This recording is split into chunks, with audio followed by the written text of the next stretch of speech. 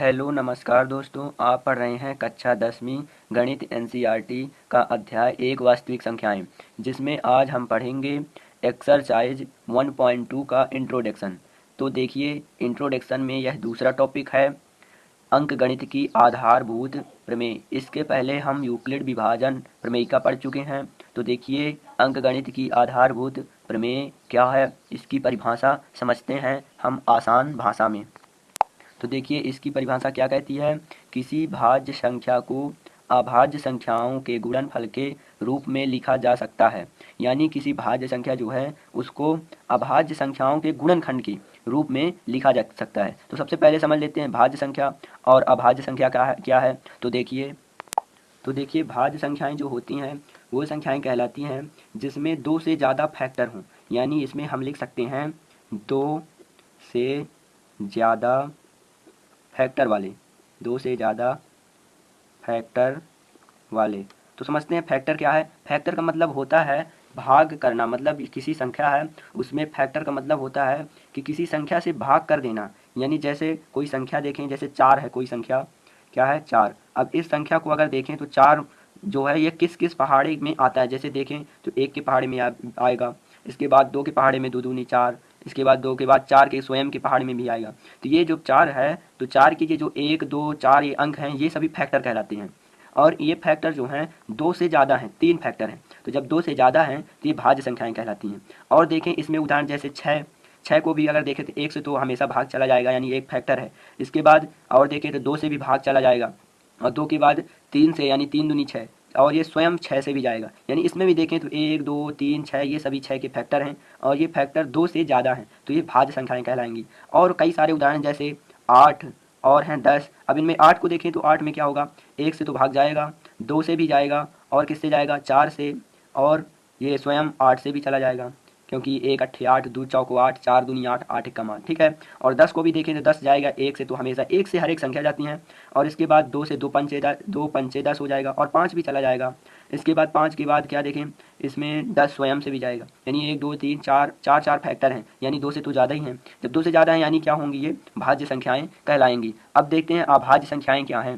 तो अगर अभाज्य संख्याएं हम देखें तो अभाज्य संख्याएं वे संख्याएं होती हैं जिनमें केवल 2 फैक्टर होते हैं। यानी हम इसमें लिख सकते हैं वे संख्याएं जिसमें केवल 2 फैक्टर होते हैं, 2 फैक्टर फैक्टर हों, 2 फैक्टर हों, वो संख्याएं क्या कहलाएंगी, अभाज्य संख्याएं। उदाहरण के रूप में अगर समझें तो जैसे 7 को अगर देखें इनके फैक्टर, तो 7 के फैक्टर क्या होंगे, 1 तो होगा ही, इसके साथ साथ क्या होगा 7, मतलब केवल 1, मतलब 1 से कट ये भाग चला जाएगा और स्वयं से भी जाएगा। बस यही 2 फैक्टर होंगे, इसके अलावा नहीं होंगे। तो यही क्या कहलाएंगी, अभाज्य संख्याएं।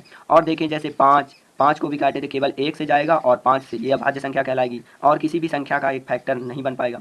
और देखें 3 भी 1 और 3 से कटेगा।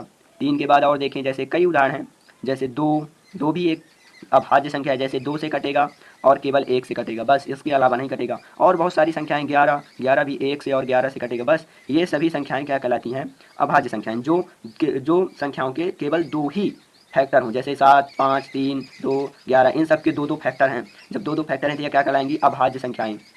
अब इसके बाद देखें, अगर जो हमारे आपके समझ में भी है यही आएगा कि ये तो सब भाज्य अभाज्य हो गई। अब जैसे देखें एक जो संख्या है, क्या एक, अब या इसे देखें कि ये एक संख्या जो है ये भाज्य है कि अभाज्य। इसमें हमें समझें तो इसे देखें तो एक की केवल एक ही फैक्टर होगा, केवल एक, इसके अलावा कुछ नहीं हो सकता। तो जब केवल एक ही फैक्टर होता है तो ये ना तो भाज्य संख्या है, क्योंकि इसमें दो फैक्टर से ज़्यादा होना चाहिए, तो इसमें एक ही है। और ना ही अभाज्य संख्या है, क्यों, क्योंकि इसमें 2 फैक्टर तो होना जरूरी है, ना इसमें 2 से ज़्यादा है ना 2। तो एक क्या होगी, ना भाज्य संख्या होगी ना ही अभाज्य संख्या।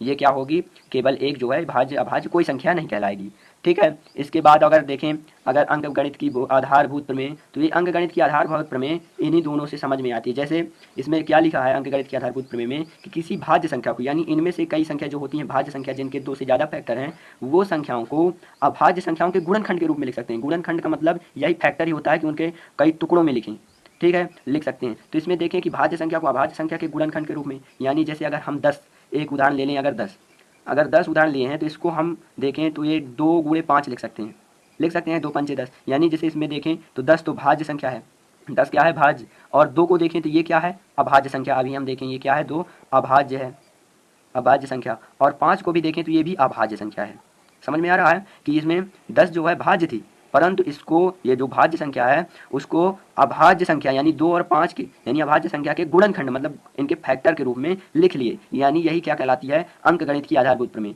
इसमें दुनिया में जितने भी भाज्य संख्याएं हैं वो सभी भाज्य संख्याओं को हम अभाज्य संख्याओं के गुणनखंड के रूप में लिख सकते हैं। जैसे कई उदाहरण देखें, अब इसके अलावा 8 को भी अगर देखें या फिर 22 को, 18 को, कुछ भी जो भाज्य संख्याएं, जैसे हम देखें 22 संख्या को, तो ये 22 तो क्या है भाज्य, ठीक है।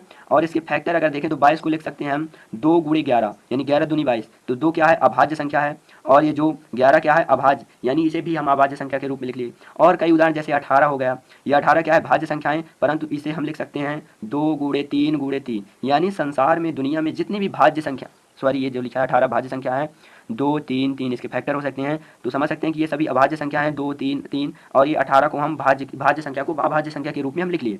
तो ये क्या कहलाएंगी, ये क्या कहलाएंगी अंकगणित की आधारभूत प्रमेय, यानी कि हम दुनिया के जितने भी भाज्य संख्याओं को लें तो उनके अभाज्य संख्याओं के गुणनखंड के रूप में लिख सकते हैं। यही होता है अंकगणित की आधारभूत प्रमेय। इसके बाद अगर हम देखें एलसीएम और एचसीएम, तो देखिए एलसीएम और एचसीएम क्या होते हैं। तो एलसीएम को देखें तो इसका जो मतलब इसका जो देखते हैं फुल फॉर्म, तो इसका होता है एल का मतलब, इसका फुल फॉर्म क्या होता है लिस्ट, एल लिस्ट होता है, least common, least common multiple, M का मतलब मल्टीपल, मल्टीपल, यानी इसका एलसीएम का मतलब होता है least common multiple. List common multiple का हिंदी अगर देखें तो लिस्ट का मतलब होता है सबसे कम, यानी सब छोटा से भी छोटा, यानी क्या होता है छोटा संख्या, यानी लिस्ट मतलब सबसे कम।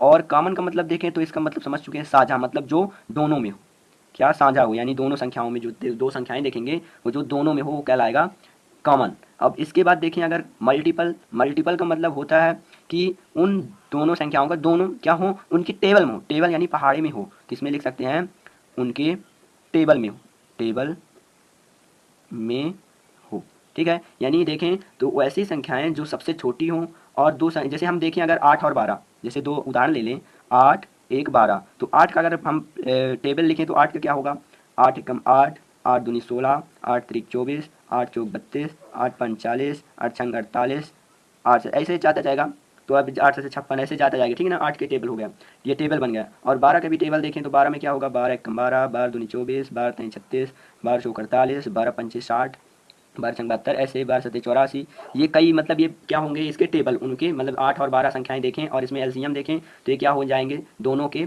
ये मतलब हो गए टेबल। अब कॉमन, कॉमन का मतलब दोनों में अब देखें कौन कॉमन है और सबसे छोटा संख्या, तो सबसे पहले ऊपर छोटी है, ऊपर से नीचे जाएं तो सब ऊपर से क्या है छोटे से बड़ी में जा रहे हैं, यानी ऊपर से देखें सबसे छोटी जो संख्या मिलेगी, तो इसमें देखें 8 तो इसमें है नहीं, तो इसके बाद 16 नहीं है, और 24, ये 24 इसमें भी है और इसमें भी है, और दोनों में छोटी भी संख्या है 48 भी है, लेकिन ये 48 जो है 24 से बड़ी है, तो इसमें जो 24 संख्या है यही कहलाएगी एलसीएम। अब आपको पूरी तरह से समझ में आ चुका होगा। अब इसके बाद हम देखते हैं एचसीएफ क्या होता है। इसी तरह कई संख्याओं में होता है कि उनके लिखिए आप टेबल लिखिए और दोनों में देखिए सबसे पहले कौन सी संख्या साजित हो रही है, छोटी से छोटी संख्या, तो वही क्या कहलाएगी एलसीएम। अब देखें अगर एचसीएफ क्या होता है, तो एचसीएफ का हम मतलब समझ चुके हैं हाईएस्ट कॉमन फैक्टर होता है। क्या highest common factor, highest common factor का मतलब इसमें लिखें अगर हाईएस्ट कॉमन फैक्टर, ये होता है इसका इंग्लिश रूप। और इसका हिंदी रूप देखें तो हाईएस्ट का मतलब सबसे बड़ा, इसमें था सबसे छोटा और इसमें क्या है सबसे बड़ा, और कॉमन यानी साझा जो दोनों में हो। और देखिए फैक्टर का मतलब होता है, ये फैक्टर अभी देख चुके हैं पिछले अभी थोड़ी देर पहले कि वो क्या होता है जिसमें भाग चला जाए, यानी वह संख्या जिसमें भाग चला जाए, या फिर लिख सकते हैं फैक्टर का मतलब होता है गुणज या फिर भाग, ठीक है। ये गुणज कहलाता है, यानी भाग जाने वाली संख्या, भाग करने वाली, तो ये कहलाता है सबसे बड़ी साझा संख्या हुआ है जो दोनों में गुणज हो दोनों का। तो इसमें देखें अगर 8 है 12 को देखें तो इसमें अगर देखें उदाहरण ये एचसीएफ क्या कहलाएगा इसमें, तो एचसीएफ का मतलब क्या होता है सबसे बड़ी, क्या सबसे बड़ी और साझा गुणज। तो ऐसे इसमें टेबल लिखना पड़ता है, लेकिन इसमें टेबल नहीं गुणज लिखना पड़ेगा। गुणज मतलब गुणनखंड करेंगे, जैसे 8 का करें पहले, तो 8 किससे कटेगा सबसे पहले 2 से 2 चौको 8, फिर क्या होगा 2 से 2 दूनी 4, और फिर 2 से कटेगा 2 एक कम 2, यानी इसके फैक्टर देखें यानी गुणज जो हैं 2 गुणे 2 गुणे 2 हैं, तो 8 को हम क्या लिख सकते हैं 2 गुणे 2 गुणे 2, ठीक है। अब इसके बाद जैसे हम 12 को देखें तो 12 के फैक्टर क्या होंगे, 12 को भी इसी तरह रफ्कार में करें, 12 के क्या होगा 2 से कटे 2 छक्का 12, फिर इसके बाद फिर 3 दूनी 6, गलत हो गया थोड़ी, हाँ ठीक है। 3 दूनी 6 नहीं, 2 से काटें 2, 3 या 6 और फिर लास्ट में 3 से काट दें। 2 3 या 6 और 3 एक कम 3, तो ये क्या होंगे 2 गुणे 3, यानी 2 दूनी 4 3 12, 2 गुणे 3। तो HCF देखें यदि, तो HCF क्या कहलाएगा इसका, इसमें जो कॉमन हो, जैसे हम नौवीं कक्षा में भी पढ़ चुके हैं कि ये जो 2 है और ये 2 हैं, ये दोनों क्या कहलाते हैं, दोनों में कॉमन है और दो दो संख्याएं हैं, तो ये कहलाएंगी 2 गुणे 2 क्या कहलाएंगे, इन दोनों को एक एक लिख लें, जैसे 2 2 हैं तो केवल एक यहाँ लिख लें और एक यहाँ 2 लिख लें, इन दोनों का कूड़ा कर दें, कितना आएगा 4। अब ये जो 4 है यही क्या कहलाता है HCF, समझ में आ गया होगा। इसी तरह कई संख्याओं के फैक्टर लिखेंगे और फिर जो दोनों में कॉमन हो और सभी का एक एक बार लिख के कूड़ा कर लेंगे, वही कहलाता है HCF।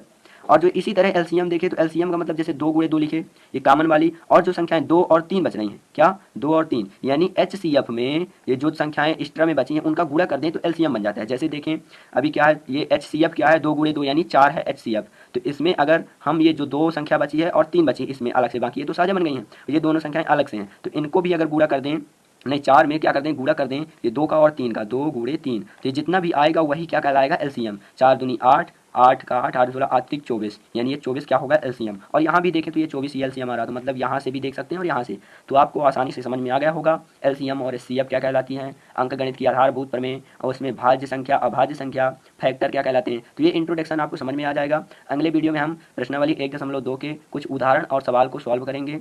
तो आशा करते हैं आपको ये आसानी से समझ में आ गया होगा। फिर भी आपको अगर डाउट है तो हमारे यूट्यूब चैनल पे कमेंट करके अपने डाउट को क्लियर कर सकते हैं, हम आपके डाउट का आंसर ज़रूर देंगे। हमारे चैनल को सब्सक्राइब करिए तथा वीडियो को लाइक करें और 10th क्लास के स्टूडेंट के साथ प्लीज़ शेयर ज़रूर करें।